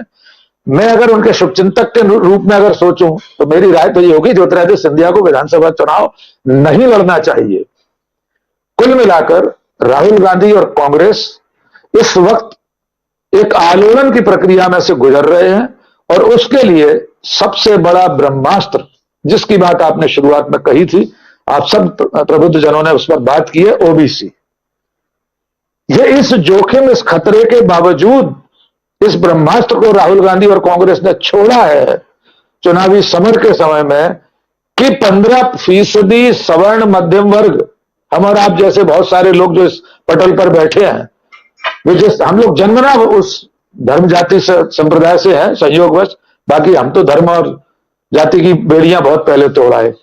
कुल मिलाकर ये जो वर्ग है जिसके बारे में ये माना जाता है कि वो समाज का माइंड मेकअप करता है, वो माहौल बनाता है, राहुल गांधी और कांग्रेस उस 15% की चिंता न करके 50, 60, 65% ओबीसी की बात कर रहे हैं। समाज, शासन और प्रकृति द्वारा प्रदत्त संसाधनों में से उसके वाजिब हक की बात कर रहे हैं।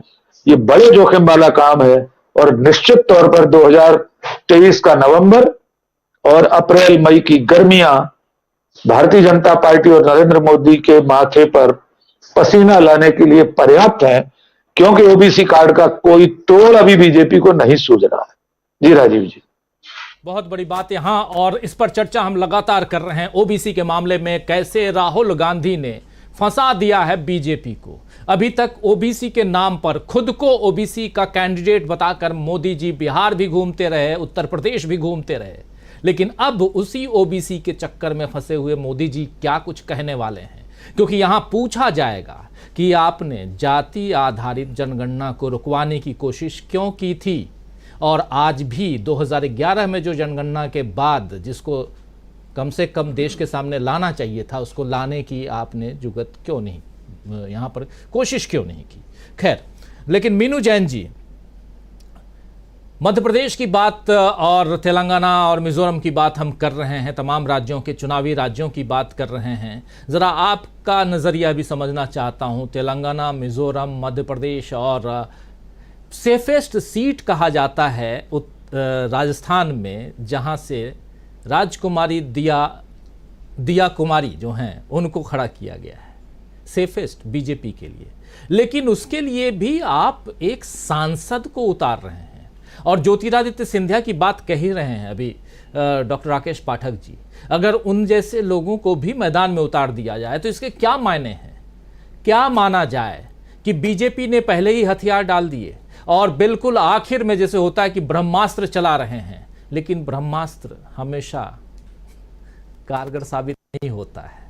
स्वामी जी अच्छी तरह से बताएंगे महाभारत और रामायण के संदर्भों में भी। जी राजीव जी, राजस्थान, आवाज आ रही है मेरी? हाँ जी, देखिए राजस्थान में आपने दिया कुमारी का जिक्र किया, तो मेरा इस बारे में आकलन ये है कि देखिए सांसद, आपने ये भी कहा कि भी सांसद हैं और उसके बाद उनको विधानसभा के लिए उतार दिया है। तो मेरा मानना ऐसा है कि देखिए राजस्थान जो है राजे रजवाड़ों की का जगह है, जहां पे आज भी राजे रजवाड़ों का बड़ा इज्जत सम्मान की दृष्टि से देखा जाता है। वैसे तो ऑल ओवर इंडिया देखा जाता है, लेकिन वहां अभी काफी कुछ बाकी है उसका असर। तो क्योंकि ये एक राजघराने की जो कद्दावर नेता थी, संबंध रखने वाली वसुंधरा, उसको बाहर कर दिया गया है सीन से, जो राजनीतिक पटल से राजस्थान के। तो मेरे ख्याल से उसका सब्स्टिट्यूट या भरपाई के लिए दिया कुमारी को लाया गया है। और मुझे ऐसा लगता है कि एक तीर से कई निशाने साधे गए हैं कि एक तो वसुंधरा का सब्स्टिट्यूट, भाई राजघराने की जगह आपका राजघराना ला दिया, संतुष्ट हो ना अब तो। और दूसरा, जो और 5-6 दावेदार हैं वहां बीजेपी के मुख्यमंत्री पद के, तो सामने क्योंकि महिला खड़ी कर दी गई है और वो भी रजवाड़े की महिला खड़ी कर दी गई है, तो मेरे ख्याल से उन्होंने एक तीर से ये निशाना भी साधा है कि भाई वो सारे चुप होके बैठ जाएं कि भाई अब की बार ये मुख्यमंत्री बनेगी। मेरा मानना ऐसा है कि दिया कुमारी उनकी मुख्यमंत्री कैंडिडेट है बीजेपी की। ये तो मेरा राजस्थान की दिया कुमारी के बारे में था। दूसरा तेलंगाना के बारे में आपको ध्यान होगा कि प्रधानमंत्री अभी हफ्ते 10 दिन पहले एक चुनावी रैली में बोल रहे थे कि भाई केसीआर एनडीए में शामिल होना चाहते थे, मैंने मना कर दिया। तो मोदी जी ने तो खुद ही कांग्रेस की झोली में डाल दिया तेलंगाना। देखिए, दक्षिण भारत वो इलाका है इस देश का जहां पे बीजेपी की दाल नहीं गलती है। लोग इन जनरल उनकी विचारधारा से मुतमईन नहीं है वहां के लोग। तो दक्षिण भारत के जो 2 राज्य थे, मैं ये कहूंगी कि गेटवे थे बीजेपी के लिए, कि अंदर घुसने का जो रास्ता होता है, गेट होता है, वो एक कर्नाटक था और दूसरा था तेलंगाना। तो कर्नाटक में तो वो हार चुके हैं राज्य को, और दूसरा बचा था तेलंगाना। तो वहां उनको उम्मीद थी और वहां मोदी जी ने अपना ही ब्रह्मास्त्र चल दिया वहां, जिसको आप कह रहे हैं। तो वो जो चला है वो उनको उल्टा पड़ गया है अभी। तो वो जो वहां की जनता है तेलंगाना की, उनको ये लगा कि जिस बीजेपी के खिलाफ हम खड़े हैं, तो ये जो वर्तमान मुख्यमंत्री है ये बीजेपी में के साथ जाना चाहता था। एनडीए में जाने का मतलब तो मोदी के साथ जाना है ना, बीजेपी के साथ जाना है। तो मेरे ख्याल से तो काफी बड़ा चंक वोट का खिसक गया है उनका बीजेपी का वहां से। और इसमें बीजेपी की स्थिति कितनी कमजोर है, आप इसका अंदाजा इस बात से लगा सकते हैं कि जुलाई के महीने में उन्होंने अपना प्रदेश अध्यक्ष बदला। वहां उनका बांदी संजय कुमार हुआ करते थे प्रदेश अध्यक्ष, और उनका बड़ा नाम था, बड़े उनके बारे में उनके कसीदे पढ़े जाते थे। इनके जो प्रोग्रेसिव लिबरल इनके जो राइट विंगर जो कुछ तथाकथित बुद्धिजीवी होते थे कि बांदी संजय कुमार ये कर रहे हैं, वो कर रहे हैं, फायर ब्रांड है और वो है। तो वो सफल होते नहीं दिखे। उन्होंने जी किशन रेड्डी जो वहां सेंटर में मिनिस्टर है, उनको अभी मुख्यमंत्री भाजपा का प्रदेश अध्यक्ष बनाया है। तो देखिए, चुनाव से 4 महीने पहले प्रदेश अध्यक्ष बदलना, तो ये समझ में आता है कि कंफ्यूजन की स्थिति है भाजपा की। तो मुझे ऐसा लगता है कि लड़ाई इस वक्त बीआरएस और ये कांग्रेस के बीच में ही है। और कांग्रेस की तरफ जिस तरीके से बीआरएस छोड़ के लोग कांग्रेस में आ रहे हैं, वो इस बात का सीधा सूचक है कि कांग्रेस वहां अच्छे मतों से, अच्छे वोटों से, अच्छी सीटों से वहां सरकार बनाने जा रही है। तो 4 तो ये हो गए, और 5वां जो अभी सभी बता ही रहे हैं कि मिजोरम, वहां कुकी का है। वहां कुकी 60,000 कुकी है करीब इस टाइम, जो शरणार्थी के रूप में मिजोरम में बैठे हुए हैं। तो और उन दोनों राज्यों में है कुकी की जो पॉपुलेशन है। तो एक जनरल गुस्सा है मोदी सरकार के प्रति कि भाई दूर, हजारों किलोमीटर दूर की तो चिंता है आपको, और देश के अंदर क्या हो रहा है एक राज्य में उसकी चिंता आपको नहीं है। तो मेरा मानना है तो वहां तो और ज्यादा गुस्सा भड़का होगा लोगों का इस बात से। तो वहां भी इनकी करारी हार होने वाली है। जी राजीव जी। जी बिल्कुल। प्रशांत टंडन जी, आप कैसे देखते हैं तेलंगाना को, मिजोरम को, और इन तीनों राज्यों की बात तो हम लगातार कर ही रहे हैं, राहुल गांधी की स्ट्रेटजी को कैसे आप यहाँ पर देख रहे हैं? और बिल्कुल चुनाव दर चुनाव, मध्य प्रदेश से शुरुआत होती है, धीरे से आप छत्तीसगढ़ पहुँचते हैं, फिर धीरे से राजस्थान पहुँचते हैं, फिर तेलंगाना पहुँचते हैं, फिर मिजोरम पहुँचते हैं। देखिए, स्ट्रेटेजिकली राहुल गांधी ने जितने बयान दिए, एक बार में 5 राज्यों की बात नहीं की है। मध्य प्रदेश से शुरुआत और धीरे धीरे अब मिजोरम तक। कैसे देखा जाए इस स्ट्रेटेजी को? जी, यही बात अभी शकील साहब कह रहे थे कि राहुल गांधी अपनी पिच पे बीजेपी को ले आए हैं। बात मैं मिजोरम से शुरू करता हूँ। मिजोरम में एमएनएफ है। अब मिजो नेशनल फ्रंट, आपको याद होगा कि नो कॉन्फिडेंस मोशन में वो इंडिया गठबंधन के साथ थी, वो डबल इंजन। और अब वहाँ पे चुनाव है। चुनाव में कांग्रेस वहाँ पे पिछली बार हार गई थी, क्योंकि एक तीसरा वहाँ पे पॉलिटिकल फोर्स आ गई, और वो तीसरी पॉलिटिकल फोर्स तमाम छोटी छोटी पार्टियों का एक गठबंधन वहाँ बन गया। और उस गठबंधन ने जिसको कह रहे हैं जोराम पीपल्स मूवमेंट, तो इस जोराम पीपल्स मूवमेंट ने कांग्रेस को काफ़ी जो है वो नुकसान पहुँचाया। वरना कांग्रेस पिछली बार ही टक्कर देती, लेकिन वो कांग्रेस नंबर 3 पे चली गई वहाँ पे। अब इस बार देखते हैं कि वो जोराम फ्रंट कितना कारगर रहता है। जो जोराम पीपल्स मूवमेंट है, ZPM कह रहे हैं उसको, उस अलायंस को, तो ZPM अगर बहुत इफेक्टिव इस बार नहीं होता और अगर मणिपुर का रिफ्लेक्शन वहां होता है तो जाहिर बात है कि कांग्रेस को वहां पे एज है। दूसरा देखिए, तेलंगाना में काफी कुछ डिपेंड करता है कि जो मोदी साहब ने खुद BRS को बी टीम कह दिया जाके वहां पे, और उसमें और वहां की स्थिति दूसरी ये भी है राजीव जी कि वहां कोई भी जीते, हालांकि है जब कांग्रेस की है टक्कर वहां पे मजबूत, लेकिन कोई भी जीते बीजेपी हारेगी। बीजेपी पिछली बार 1 सीट थी वहां पे तेलंगाना में, 100% इंप्रूवमेंट करेंगे 2 हो जाएंगी।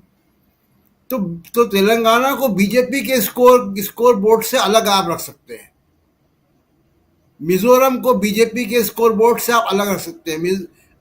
MNF जीते या कांग्रेस जीते, वहां पे बीजेपी सीन में नहीं है, और MNF के बारे में बता चुका हूं कि वो उन्होंने नो कॉन्फिडेंस के पक्ष में वोट दिया था। जिसकी भी सरकार दिल्ली में होगी वो उसके साथ जाएंगे। अब ये 3 राज्य हैं, इन 3 राज्य में राजस्थान केवल लगता है कि हाँ वहां पे एक कंटेस्ट है, जिसमें कि अब जो सर्वे आ रहे हैं और आपका भी जो सर्वे था वो कांग्रेस को एज दे रहा है। मेरा सवाल एक दूसरा है कि वहां पे मान लीजिए कि अब गजेंद्र सिंह शेखावत को खड़ा करने जा रहे हैं गहलोत साहब के खिलाफ, जो कि केंद्रीय मंत्री हैं। ये दर्जन भर केंद्रीय मंत्री, 1.5 दर्जन केंद्रीय मंत्री और सांसद मध्य प्रदेश में, छत्तीसगढ़ में, राजस्थान में चुनाव के मैदान में हैं। ये MPs और ये मिनिस्टर चुनाव अगर हार जाते हैं विधानसभा का, तो क्या ये लोकसभा का चुनाव जीत पाएंगे? ये सब हार जाएंगे। भाई इनकी तो चुनाव 2024 के चुनाव की घोषणा के पहले इनकी हार जो है मोदी साहब लिखवा रहे हैं। मुझे बड़ा ये अचंभा हो रहा है कि रणनीति क्या है। आप सोचिए कि ये हारे हुए विधायक की सीट से हारे हुए लोग मंत्री रह पाएंगे क्या? और मंत्री रहेंगे तो उनकी नैतिक आवाज कितनी होगी, उनका नैतिक बल कितना होगा? उनका सेक्रेटरी और ड्राइवर भी उनकी बात सुनेगा। हारे हुए व्यक्ति कौन बात सुनता है? तो ये बड़ी अजीब स्थिति मोदी जी पैदा कर रहे हैं।